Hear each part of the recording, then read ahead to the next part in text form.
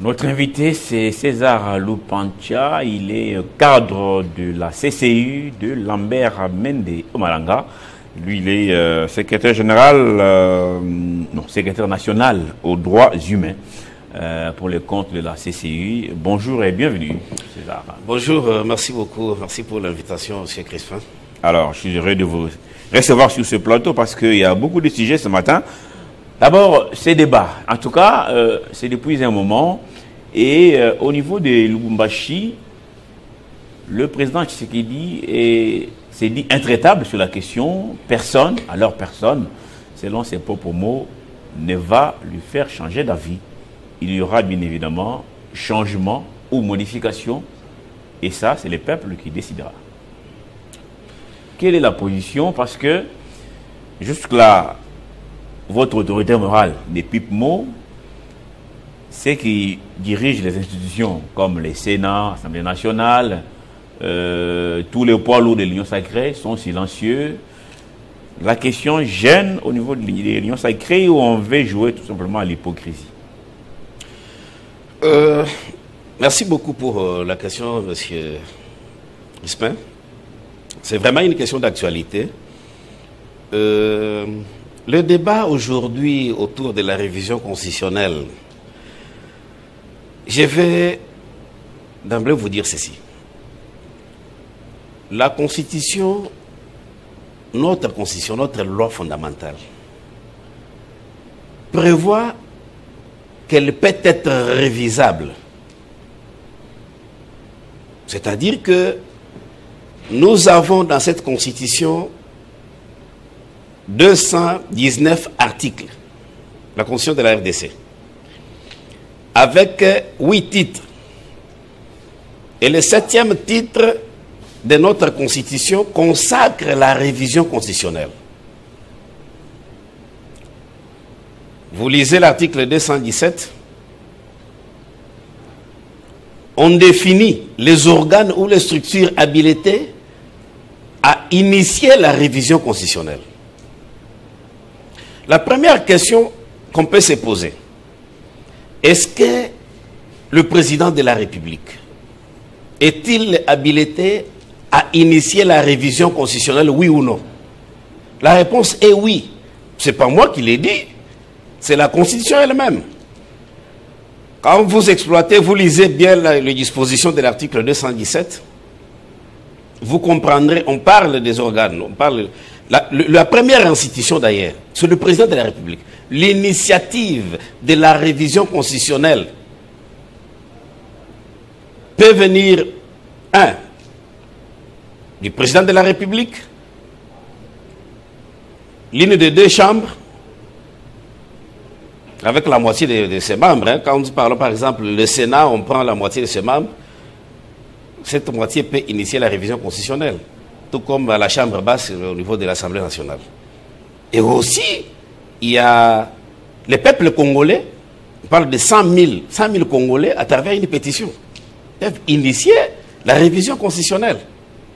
Est-ce que le président a le droit, oui ou non, d'initier la révision constitutionnelle? La réponse est oui.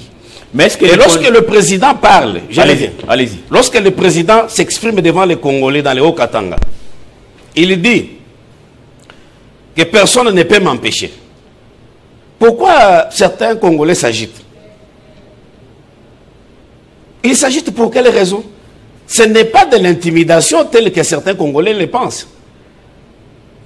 L'interprétation de la position du président de la République, c'est que le président s'assume face à ses responsabilités. Et il faut voir, quand le président s'exprime, c'est toute une institution. Lisez l'article 68 de notre Constitution. Nous avons 4 institutions. Et la première, c'est le président de la République. C'est toute une institution. Mais il s'assume devant ses responsabilités. Personne ne peut l'empêcher ses droits. Parce que demander à ceux qui prétendent contredire ou refuser la révision constitutionnelle, c'est quoi exactement ce qu'il reproche au président de la République? Est-ce que le président n'a pas ces droits-là d'initier la révision constitutionnelle? Quand même pendant l'état des sièges, il y a la province de l'Ituri et celle du Nord Kivu qui sont sous état de siège. Comment vous allez réviser la Constitution alors que, en ces moments, la priorité devait être la guerre contre le M23 qui occupe aujourd'hui une grande partie de la province du Nord Kivu? Monsieur Crispin, nous avons l'état de siège dont vous parlez n'est pas décrété sur l'ensemble du territoire national. Une partie, ce qui est vrai. Et aujourd'hui, vous avez vu à l'Assemblée nationale, il y a eu, je crois, l'année passée, si je ne m'abuse pas, une fraction des députés de Nord Kivu, Nord et Sud Kivu, et puis voire même l'Ituri, qui ont demandé que nous puissions, qu'on puisse lever l'état des sièges dans l'Est du pays. Pour donc, des raisons. Cette fois, il sera levé parce que ça vous profite. Attendez, j'arrive. Attendez, j'arrive. Je pose la question. Nous sommes jusque-là. Cette fois, vous allez lever l'état des sièges parce que ça va vous profiter. Nous sommes aujourd'hui jusque-là au niveau des débats. On n'a pas, le président même a promis, il a dit l'année prochaine, il mettra en place une commission pour réfléchir autour de cette grande question. Donc, je ne vois pas pourquoi on doit brandir l'état de siège en ce moment ici au niveau où nous sommes encore au niveau des débats. Une question pour vous, ça vient du pasteur, c'est un pasteur qui nous suit depuis Luanda, nous sommes en Angola. Bonjour Crispin Kibinkoufa, que Dieu vous bénisse, vous ainsi que votre invité. Bon début de semaine. Je suis le révérend pasteur Ndongala depuis Luanda. Pour moi, comme les sujets les plus importants aujourd'hui au Congo, c'est seulement la révision ou le changement de la Constitution, c'est la priorité, ok. Mais ce qui me fait mal au cœur, c'est la façon dont le président de la République s'exprime devant son peuple. En disant, bon, et puis il dit, personne n'a nié sa casquette de garant de la nation. Mais est-ce que c'est vraiment bien de nous parler comme quelqu'un qui parle à ses enfants? Si personne ne peut interdire quoi que ce soit au président, alors qu'il fasse ce qu'il veut. Il est dessus. Oui, non, en fait, je comprends l'émotion. Je salue le pasteur. Ah, l'émotion. Je comprends son émotion. Oui. C'est l'émotion. Le président n'a pas intimidé qui que ce soit, n'a pas intimidé les Congolais. Non, il a seulement dit, il peut m'interdire, moi, garant de la nation. Ça sont ses paroles. C'est une façon de s'assumer, M. Crispin. Il s'assume face à ses responsabilités. Je vais vous démontrer quelque chose, peut-être un exemple banal. Vous vous réveillez un certain matin chez vous. C'est vous le chef de la maison. Vous êtes chez vous dans votre maison. Vous voyez un voisin qui vous vient là, il dit, cher ami Crispin, aujourd'hui vous n'allez pas passer nuit. C'est un exemple banal. Hein? Vous n'allez pas passer nuit, vous n'avez pas le droit de passer nuit dans votre chambre ou dans votre maison. Quelle sera votre réaction? Vous voyez? Le président n'a pas intimidé. Le président réagit face à ceux qui violent même la Constitution. Parce que la Constitution elle-même l'autorise. Lui donne ce pouvoir-là d'initier la révision constitutionnelle. Mais un Congolais se réveille un certain matin, non, monsieur le président, vous ne pouvez pas faire ça. C'est aussi une façon de violer la même Constitution. Est-ce que c'est la priorité en ce moment, alors que ici à Kinshasa, on n'a pas de route? Vous êtes Kinois, comme moi. Est-ce que vous êtes heureux de vivre à Kinshasa dans ces conditions? Est-ce que c'est la priorité lorsqu'on sait que les camps des déplacés là-bas, dans les Kivu et dans les Touris, les gens manquent de tout? Est-ce que c'est la priorité lorsqu'on sait que l'M23 occupe beaucoup de territoires et que les groupes armés continuent à piler dans une province comme l'Ituri? Est-ce que c'est la priorité lorsque les enseignants, n'est-ce pas, plus de 2 mois et demi après, n'ont pas repris les chemins de l'école? Est-ce que c'est la priorité lorsque les médecins menacent, font des grèves, les infirmiers, les pharmaciens et autres? Le pays ne va pas bien. Est-ce que la priorité pour vous, de l'Union sacrée, c'est seulement modifier la Constitution? Cette même Constitution que vous aviez défendue à l'époque. Hein? À l'époque, on a vu des gens avec des affiches là-bas, des affiches. Ne touchez pas à ma Constitution. Qu'est-ce qui a changé entre les deux, avant et après? Monsieur Crispin, le pays est en danger. Vous avez vu le chef de l'État partout il passe, il dit aux Congolais, le pays est en danger. Le pays est en danger. Est-ce que vous savez ce que ça veut dire? Le problème avec nous Congolais, nous avons parfois, certains Congolais ont une mémoire courte. Pourquoi je l'ai dit? Nous sommes en 2009, au mois de janvier. L'ancien président français Nicolas Sarkozy s'exprime à travers un message de vœux devant les corps diplomatiques. En s'exprimant, il a fait un tour d'horizon sur des questions internationales. Et quand il arrive au point de notre continent, l'Afrique, il touche la région des Grands Lacs. Et précisément, les conflits qui nous opposent avec notre voisin, le Rwanda. Qu'est-ce qu'il dit? L'ancien président français Sarkozy propose le partage d'espace et de richesses naturelles de la RDC. C'est-à-dire que pour l'Occident, l'option militaire, il a dit, si vous permettez, je vais lire d'ailleurs ces discours, j'ai une partie ici. Pour l'Occident aujourd'hui, l'option militaire n'apportera aucune solution à l'est de la RDC. Il faut qu'il y ait le partage d'espace, c'est-à-dire qu'il faut que la RDC cède une partie de son territoire au Rwanda, que la RDC partage les richesses du Kivu avec le Rwanda, sans contrepartie, s'il vous plaît. Ça, c'est l'Occident. Voilà pourquoi le président dit... Et puis vous pensez que Sarkozy, n'est-ce pas, ce que vous l'avez cité, vous pensez qu'il s'est appuyé sur notre Constitution pour prononcer tel discours? C'est justement cet article 217 dont le président fait allusion. C'est ça même le danger. S'il vous plaît, Maître César, oui. Cet article est dans beaucoup de constitutions africaines, pas seulement au Congo. Allez lire la constitution du Tchad, par exemple. Tchad, ça c'est un exemple. Allez lire. Ces dispositifs constitutionnels est dans les constitutions. J'ai beaucoup de gens que j'ai suivis, des analystes, des constitutionnalistes, ils disent que le président a fait une fausse lecture de cet article. Non, c'est faux, archi-faux. Par contre, ce sont eux qui interprètent mal le propos du président de la République.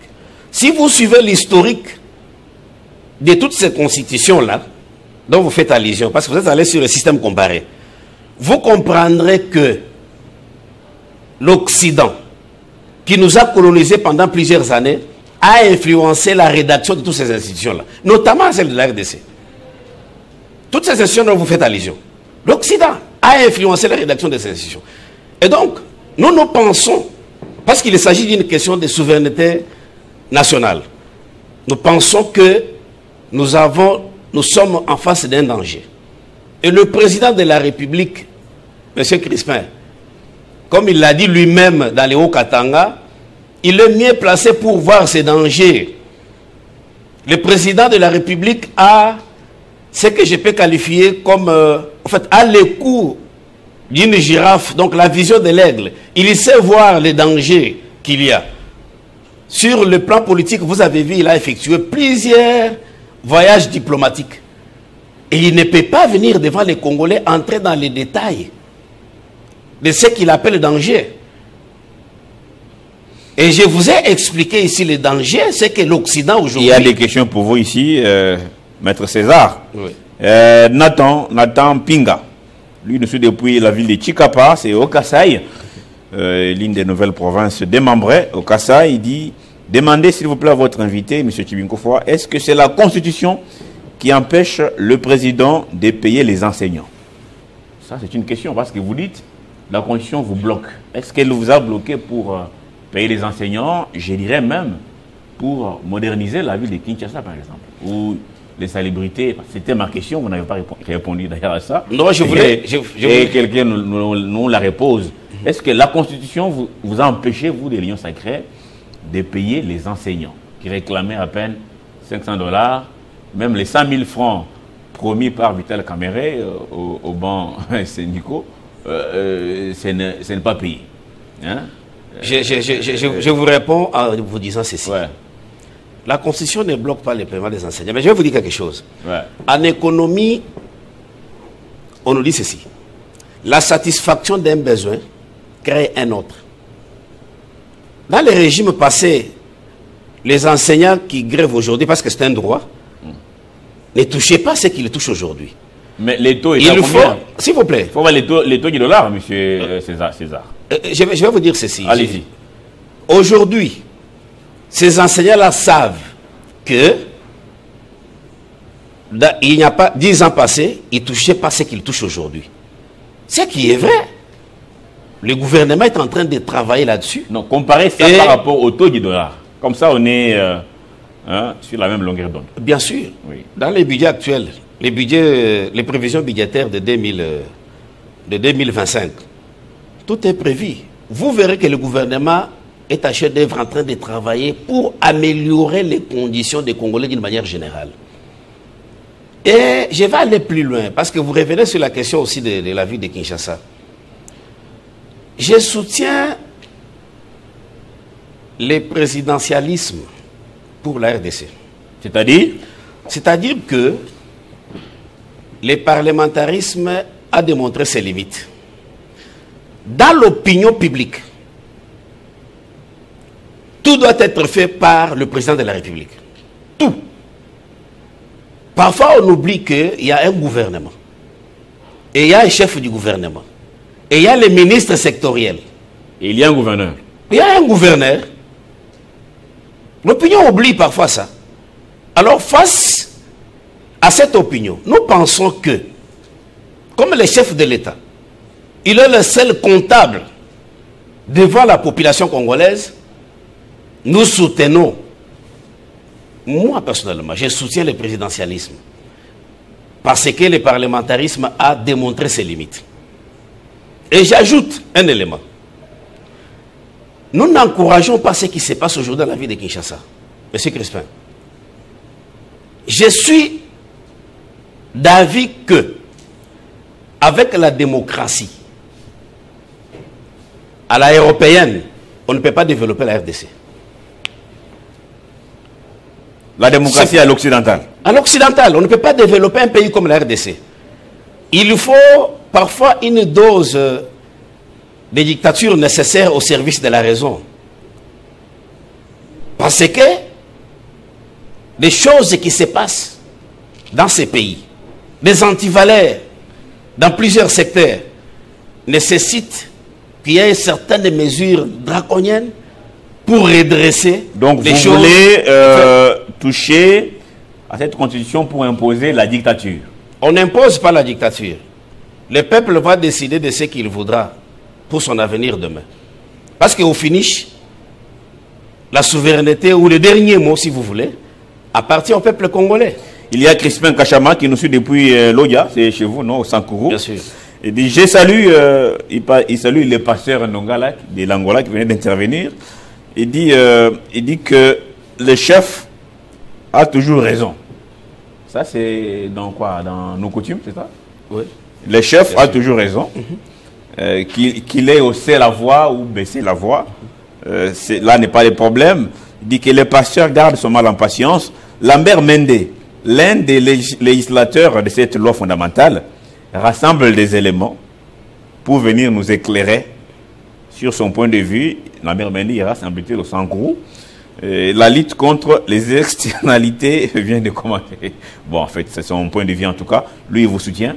Il admire apparemment votre autorité morale, Lambert Mende, ouais, qui, semble-t-il, ira au Sankourou pour éclairer l'opinion. Il y a un autre message de Lomboto Isso qui nous écrit, qui dit « Bonjour, cher Crispin Tivinkoufa, et je salue votre invité, notre compatriote. Une préoccupation à l'intention de l'invité. Quel est l'apport du gouvernement, quel est l'apport du changement de la Constitution au développement du pays ?» s'interroge. En termes de routes, des salaires, de l'emploi, du détournement des fonds publics, de l'électricité et de l'eau.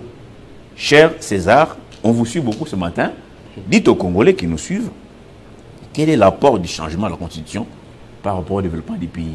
Et en quoi actuellement cette Constitution vous a empêché de travailler? Lorsque par exemple les gens détournent des millions, les indices sont sérieux et ils sont en liberté. Ou même certains font un passage éclair en prison. J'ai vu un autre quitter la prison avec des doigts comme ça. J'ai encore vu quelqu'un d'autre qui, lui, la ministre de la Justice de l'époque avait fait signer une circulaire pour dire nous recherchons tel, il est en cavale. Hein, avis de recherche, il est en cavale. Et un bon matin, alors que la circulaire avait mobilisé des Congolais pour aller attraper ces messieurs et les ramener vivants, on a vu ces messieurs assis au Parlement pendant que le président prononçait son discours devant le Congrès. Et il a même fait pour que les caméras de la chaîne nationale puissent les filmer en gros plan. Une façon de dire, je suis là, personne ne me fera du mal. Est-ce que tout ça, les millions, c'est devenu comme Ligue des champions, des détournements des millions? Est-ce que ça, c'est aussi lié à la Constitution? Ce sont les questions. C'est la question de notre compatriote Lomboso, je crois. Merci beaucoup pour la question. Je salue les compatriotes qui nous suivent. Je vais vous rappeler qu'il n'y a pas longtemps, vous avez vu dans le secteur de la justice, avec l'actuel ministre Constant Moutamba, ministre d'État, qui est venu vous donner certaines leçons, vous, de l'Union sacrée, parce qu'aujourd'hui, c'est quelqu'un qui vient de l'opposition, qui est aujourd'hui adulé, apprécié par la population, alors que vous qui étiez dans l'Union sacrée, il faut souligner que vous dormiez sur vos... Il vient de l'opposition républicaine, il faut souligner ça.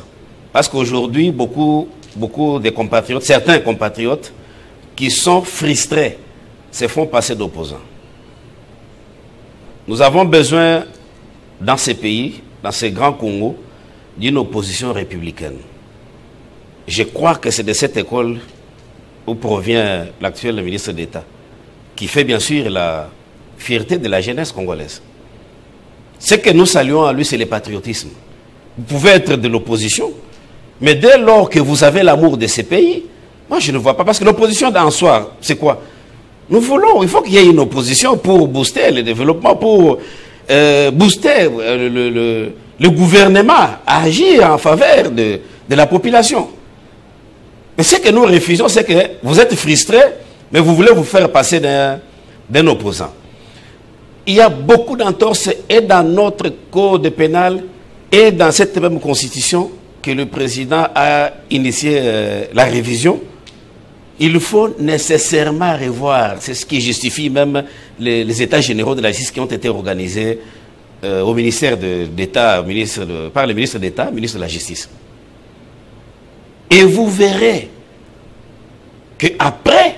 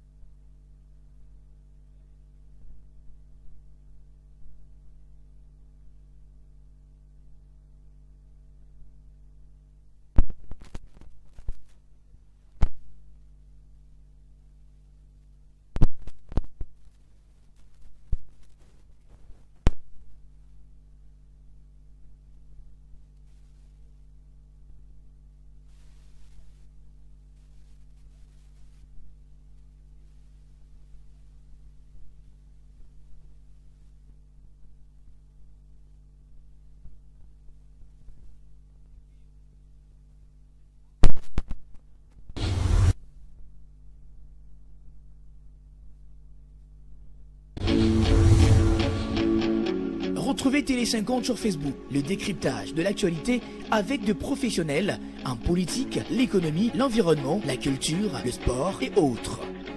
N'oubliez surtout pas de liker et de vous abonner. Télé 50, la première chaîne d'infos et d'actualité.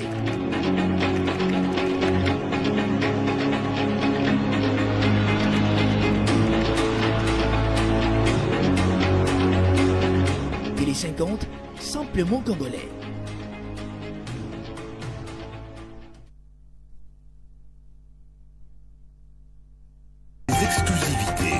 Dois me marier. Ah oui? C'est une obligation, oui. C'est enregistré, hein, cette émission. Surtout oui. cette partie-ci, on va couper. Il n'est pas trop attaché à la tribu. On dit qu'il a nommé trop de cassettes.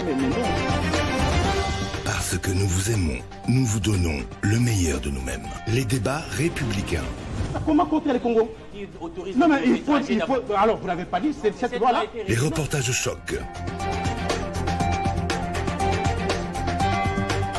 Ceci s'appelle lithium. Les magazines.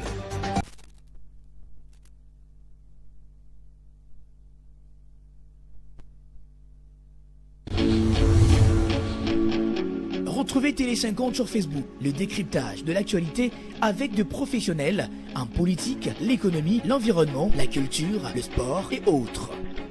N'oubliez surtout pas de liker et de vous abonner. Télé 50, la première chaîne d'infos et d'actualité.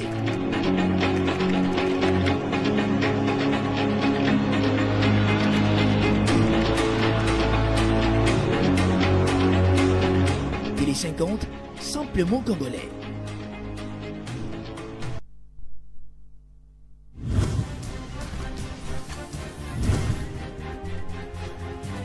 Mutu oyo azali malade bapesaka ye miliki te bapesaka ye sukali te bapesaka ye kisi ekisi yango généralement ezaka ya kolulu bien que akokanga elongi akofina elongi ntango akomela kisi mais solution na suka eza mpo abika. Il est vrai que bato ebele bapesaka susu confiance na justice na biso te yango wana excellence Constant Mutamba asali constat depuis Azana ministère de la justice, là, non, il faut tout voir elongo. Enfin, trouver une solution pour que Congomani appelle sa justice yamboka nae confiance. Pour que les citoyens lambda, le justiciable déprimé, puisse retrouver sa force pour qu'Azongana doit afin que la justice élève une nation. Je regrette, moi, si en RDC, on avait un 15 Constant Mutamba. Waouh. Peut-être qu'aujourd'hui, Waouh. on allait dépasser même la France aujourd'hui en termes de la démocratie. Oui, c'est résolu. Maintenant, vous pouvez bien suivre notre invité parce qu'il y a eu beaucoup de messages. Les sons ne passaient plus. Un petit problème technique. C'est réglé. Il y a l'équipe de communication d'IBSECO qui nous suit en ce moment. Toute l'équipe vous suit avec intérêt. Bonne journée à vous. C'est Eddie Momat, chargé de communication d'IBSECO, qui travaille avec le DG Jean-Mabi Moulumba.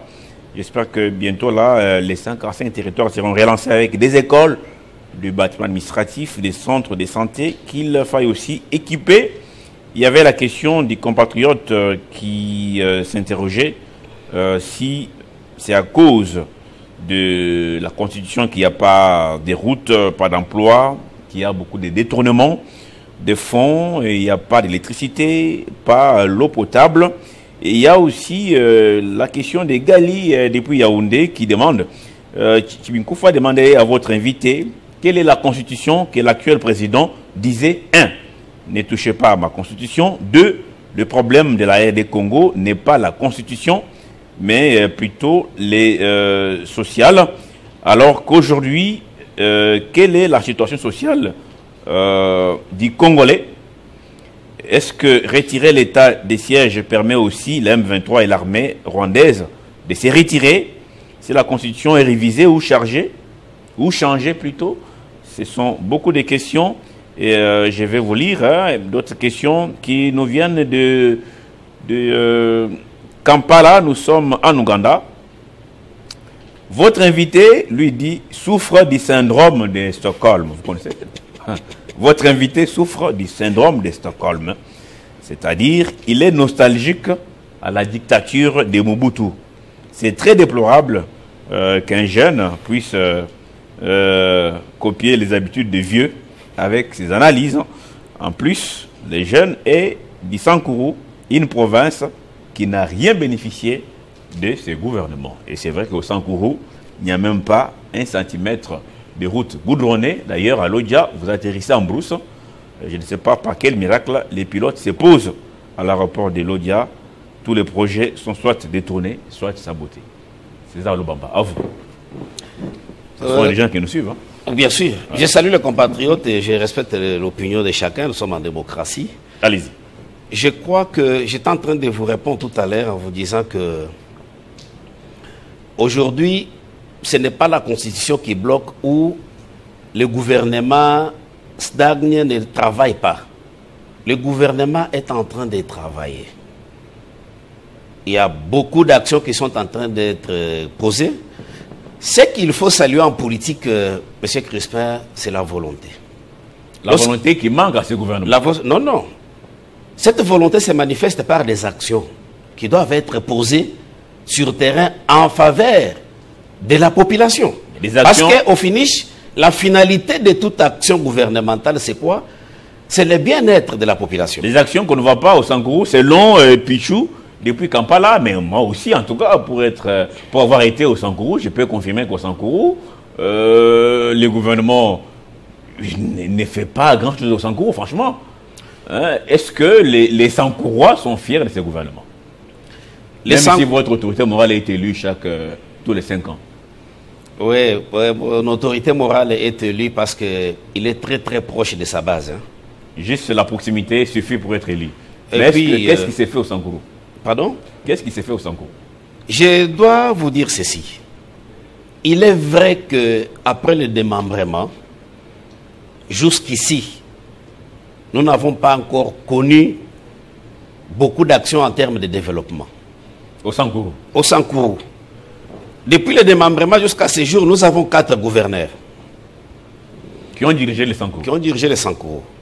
Nous avons connu le professeur Berthold. Il était le tout premier après le démembrement. Berthold Olungu, actuellement sénateur, je le salue en passant, qui a manifesté la volonté de travailler. De travailler. Mais bloqué. Il a fait... Non, j'arrive. Pour faire... Il fallait d'abord faire asseoir l'administration provinciale. Ce qui fut fait. Et juste après son départ, la province du Sankourou a connu à sa tête des compatriotes qui n'avaient pas de vision. Permettez-moi de le dire. Qui n'avaient pas de vision, vous êtes sûr? Bien sûr. Je vais le démonter. J'ouvre la parenthèse avant que vous continuiez. Oui. J'étais un jour dans l'avion qui m'est ramené de Lodja à Kinshasa. J'ai vu le jeune gouverneur Mukumadi. Oui. À qui j'ai posé la question comme journaliste. Dans l'avion, on était assis côte à côte. Il dit, vous êtes jeune, vous venez de l'Europe. Ouais. Qu'est-ce qui vous empêche de travailler pour cette province? Voilà. Parce qu'à l'époque, à un moment, il avait fui les Lusambo qui est chef-lieu pour trouver un peu de tranquillité à Lodja. Il m'a dit, cher frère, ici au Sankourou, on ne peut pas travailler. Parce qu'au Sankourou, il y a des papes, il y a des chefs coutumiers du Sankourou qui sont basés à Kinshasa et qui tirent les ficelles, qui manipulent les députés provinciaux, qui ne veulent pas que un gouverneur pose un acte parce qu'il va leur voler la vedette. Peut-être, entre guillemets, peut-être, je ne sais pas s'il évoquait votre autorité morale aussi. C'est parmi des gens qui sont adilés là-bas, qui sont tout le temps élus. Et ces gens ont pour mission d'empêcher ceux qui partent du Sankourou pour travailler. Voilà un autre cas. Vous sentez un gouverneur élu, investi par le chef de l'État, qui a toutes les manœuvres possibles de poser des actions en faveur de sa population, mais il s'aventure pour vous donner des arguments qui ne sont pas fondés. Mais bloqué par les députés provinciaux. Comment? Qui l'ont défenestré plusieurs fois. Vous savez que Mukumadi a été défenestré plus de 5-6 fois par les députés provinciaux. Vous savez, M. Crispin, je reviens toujours à la question de la Constitution, la révision constitutionnelle. Et parmi les réformes qui doivent être initiées, moi je pense que aujourd'hui là, il faut qu'on supprime, qu'on pense à supprimer cette histoire des assemblées provinciales. Il n'avait pas totalement tort. Parce que les assemblées provinciales que nous avons aujourd'hui ne contribuent pas au développement des provinces. Par contre, au lieu de s'assumer face à les responsabilités, voter les édits dans les matières réservées à la province, la plupart d'entre eux visent les intérêts privés. Et ça aussi, le gouvernement central a une part de responsabilité. Pourquoi? Au lieu de penser aux émoluments, penser à temps, rétrocéder à temps, les émoluments de ces parlementaires au niveau provincial, ils peuvent être là 3, 4, 5 mois et ils ne sont pas payés. Bon, dites-moi, à un certain moment, ils regardent le gouverneur des provinces, les chargés d'exécutif. Parfois, il reçoit les rétrocessions du gouvernement provincial. Vous pensez que s'il n'y a pas une bonne politique, on est humain, s'il n'y a pas une bonne politique ou la sagesse que le gouverneur doit appliquer pour chercher une bonne collaboration sur ces plans-là avec les parlementaires au niveau provincial. C'est difficile qu'il y ait une quiétude. Et ça a un impact négatif. C'est souvent des motions alimentaires. Des motions alimentaires, bien sûr. Et ça a un impact très négatif sur le développement de la province. Voilà pourquoi on doit réviser toutes ces choses. Je suis d'avis aujourd'hui qu'on supprime les assemblées provinciales parce qu'elles n'ont pas contribué depuis le démembrement à l'émergence de nos provinces respectives. Par contre, ils ont contribué au freinage, au blocage sur le plan de développement. Il faut que cela soit révisé par la Constitution. Je suis d'avis que le gouverneur et le chef de l'État, qu'on retourne au système de nomination. C'est mon point de vue. Donc une fois que c'est révisé, cette fois-là, les Sankourou peuvent respirer. Les Sankourou va respirer dans ce sens. J'ajoute, pourquoi je soutiens que le gouverneur soit nommé. Et même dans cette nomination, je proposerai au chef de l'État qu'il retourne à la politique ou l'administration des non-originaires. C'est aussi un problème. Qui a fait ses preuves à l'époque de Mobutu avec les Unyambombo qui ont dirigé le Congo central. Exactement. Mais et non seulement fait de preuves, elle va, ce système-là va contribuer à la cohésion, à renforcer la cohésion nationale. L'administration des non-originaires. On prend un ressortissant, par exemple, du Haut-Katanga, on le nomme gouverneur, par exemple, au Sankourou. Je crois que nos provinces vont se développer et aussi, ça va renforcer la cohésion nationale tant recherchée. Beaucoup de questions en tout cas, sinon on va perdre beaucoup de temps aussi. Ceux qui nous suivent ont droit à la parole. Bonjour, cher Crispin Tibinkoufa. Ça, c'est Alfred. Hein. Je salue votre invité qui épingle bien les résumés sur la Constitution et donne les détails à la classe opposante qui ne s'arrête qu'aux écrits mentionnés sur la page des gardes en titre des constitutions congolaises. Pour ce faire, les deux discours du président prononcés à Lubumbashi et à Kipushi sont conformes, celles les intéressés mal intentionnés d'une classe politique manipulatrice qui change les dires du chef de l'État lorsqu'il dit que personne ne peut m'empêcher. Il ne s'adresse pas à la population concrètement, mais à une classe politique qui s'oppose à son droit d'initiateur en tant que garant du bon fonctionnement de nos institutions et du bien-être de son peuple. C'est que l'opposition oublie et qu'elle chasse en avance leur opportunité à bien fonctionner car elle a longtemps marché en ordre dispersé, incité et nous manipuler sans apport ni solution, n'est qu'un chien qui aboie. Bas à la calme et tout ça, signé Alfred Milambo depuis Kinshasa. Lemba, lui, vous soutient en tout cas, il vous suit avec beaucoup d'attention. Une autre question, les gens demandent au président de la République, parce que c'est lui, les garants du bon fonctionnement des institutions. C'est pourquoi on parle toujours du président de la République, même à l'époque du GKK. Les peuples congolais demandaient aussi au président, alors que ces temps-là, il y avait aussi le gouvernement. Votre invité ne peut pas s'appuyer sur un tel argument pour défendre les changements ou la révision. Un autre message, c'est Gabriel Mekala, dit bonjour Crispin, à part le président de la République, il y a déjà aussi une pétition de 5 000 signatures des Congolais qui a été déposée par une organisation au Parlement réclamant les changements de la Constitution. Pourquoi doit-on continuer à débattre là-dessus? Eh bien, alors, je reviens à vous. Est-ce que ça c'est la question de Yaoundé, votre régime ne sait que promettre sans réaliser? Pourquoi? Il y a plusieurs réalisations sur son point de vue et sa façon de voir les choses. Le gouvernement promet et réagit. Ce qui est vrai, c'est que le développement d'un pays ne peut pas se faire sous forme d'une baguette magique. C'est un processus. La preuve, c'est que chez vous, au Sankourou, vous avez dit il n'y a rien. Non, aujourd'hui... Les gouverneurs sont passés, il n'y a rien.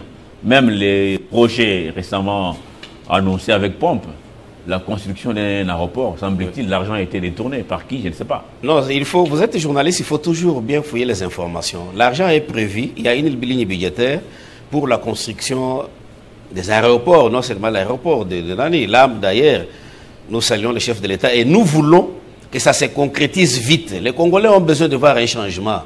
Les Sankourois, précisément. Nous voulons voir ce changement-là arriver. Et surtout, les Sankourois aujourd'hui, vous avez été à Lusambo, Christian, je me suis Lusambo, Lodja, oui. Oui. La province du Sankourou a comme chef-lieu Lusambo. C'est Lusambo qui est le chef-lieu de la province du Sankourou. Dont on ne parle pas beaucoup. Hein. Voilà. Et d'ailleurs, je profite pour passer un message au chef de l'État. Parce qu'il a visité 2 fois la province du Sankourou sans passer par les chefs-lieux. Mais toutefois, au moment des élections, nous nous sommes battus. Je suis de ceux qui se sont battus pour son élection par rapport à ce deuxième quinquennat ici. Et les résultats sont là. Les résultats sont probants. Il a eu plus de 98% si je ne m'abuse pas. C'est-à-dire que nous avons expliqué à la population, que le président de la République, l'actuel, à l'époque candidat, il est le nôtre. Ça, c'est de 2, qu'il a la volonté de mieux faire. Nous avons tout intérêt de lui accorder ce 2e mandat avec foi qu'il va, n'est-ce pas, agir en faveur de la population, booster le développement de notre province et plus surtout au chef-lieu de la province du Sankourou. Monsieur le Président de la République, Fachi Béton, comme nous aimons bien l'appeler, cette fois-ci, il a même promis qu'il est en train de programmer une descente dans toutes les provinces. Et la population de Lusambo l'attend à bras ouverts. Il faut qu'il vive. La fois passée, nous avons reçu les informations. Lusambo, l'accès est difficile, il n'y a pas de route. Et une fois, j'ai pris un petit avion à partir de Mbujimaï pour me rendre à Lusambo. J'étais étonné, juste en prenant place à bord. Les pilotes nous ont demandé de prier. On était encore au sol en Mbujimaï. De prier pour que Dieu nous assiste à atterrir à Lusambo. Est-ce que dans ces conditions-là, vous pensez que le président sera aussi obligé de faire des prières pour décoller à atterrir à Lusambo? Dans quelles conditions il ira à Lusambo alors qu'il n'y a pas de route, il n'y a même pas l'aéroport? C'est un faux argument. Un faux argument des pilotes? Bien sûr, je vous dis, non, les pilotes là, oui. Je crois, je suis sûr et je suis convaincu que c'était sa première fois d'effectuer un vol sur Lusambo. Il n'y a pas un mois, le ministre de Développement Rural, Moïndo Zangui, était à Lusambo, chef-lieu de la province de Sankourou. Comment est-il arrivé? Il est arrivé par avion. Et à Lusambo, à l'époque de RCD, la guerre RCD, des gros porteurs russes atterrissaient à Lusambo qui portaient des véhicules. À l'aéroport risque et péril en tout cas? Non. On va lire un dernier message parce que là on s'est quitté déjà. Ouais. C'est... comment il s'appelle encore? C'est... Kabuita qui dit, est-ce que votre invité pense, il rigole même, il dit, votre invité pense que si on nomme Fifi Masuka ou Jacques Kiaboula au Sankourou, est-ce qu'il y aura un impact positif sur cette province? Et puis lui-même dit, il doute fort que ceci va changer quelque chose. En tout cas, Maître César, merci beaucoup d'être consulté la 50. Le temps est parti, est carrément terminé. Vous avez un dernier mot, 30 secondes. Merci beaucoup pour l'invitation sur ce prestigieux plateau de Télé 50, dont j'ai toujours salué les grands frères et les patrons de cette chaîne. Et j'ai toujours pensé que si on leur confiait la gestion de la RTNC, par exemple, la télévision nationale, c'est mon opinion, hein, je crois qu'il y aura des performances et nous aurons la meilleure télévision pour la RDC. Bref, le président de la République est attendu à bras ouverts au chef-lieu, cette fois-ci, à Lusambo. À Lusambo. Même s'il faut faire des prières avant de décoller. Il n'y aura pas de prières, il va atterrir. Effectivement, il faut qu'il descende pour vivre. Très bien. Les conditions dans lesquelles sa population est en train de vivre, afin de penser au changement ou à l'amélioration de ces conditions. Merci beaucoup, Maître César. Vous êtes cadre de la CCU de Lambert Mende au Malanga. C'est un plaisir. Hein. Vous reviendrez encore. On sent que vous avez beaucoup de la matière et que beaucoup sont restés sur leur soif avec autant de messages. En tout cas, prochainement, il sera avec nous. Il lira vos questions et vous aurez beaucoup de réponses. Merci en tout cas d'être passé. Je vous dis au revoir pour tous que nous avez suivis depuis la ville de Lusambo, chef-lieu de la province de Sankourou. Il faut y aller malgré Voilà, tout ça. Malgré tout, il faut y aller, c'est au Congo. Aller même aussi à Lumumba-Ville. Lumumba-Ville qui attend toujours les officiels pour transformer ces coins en véritable ville réellement pour honorer la mémoire de notre héros national, Lumumba Patrice Emery, dont l'Adam est ici.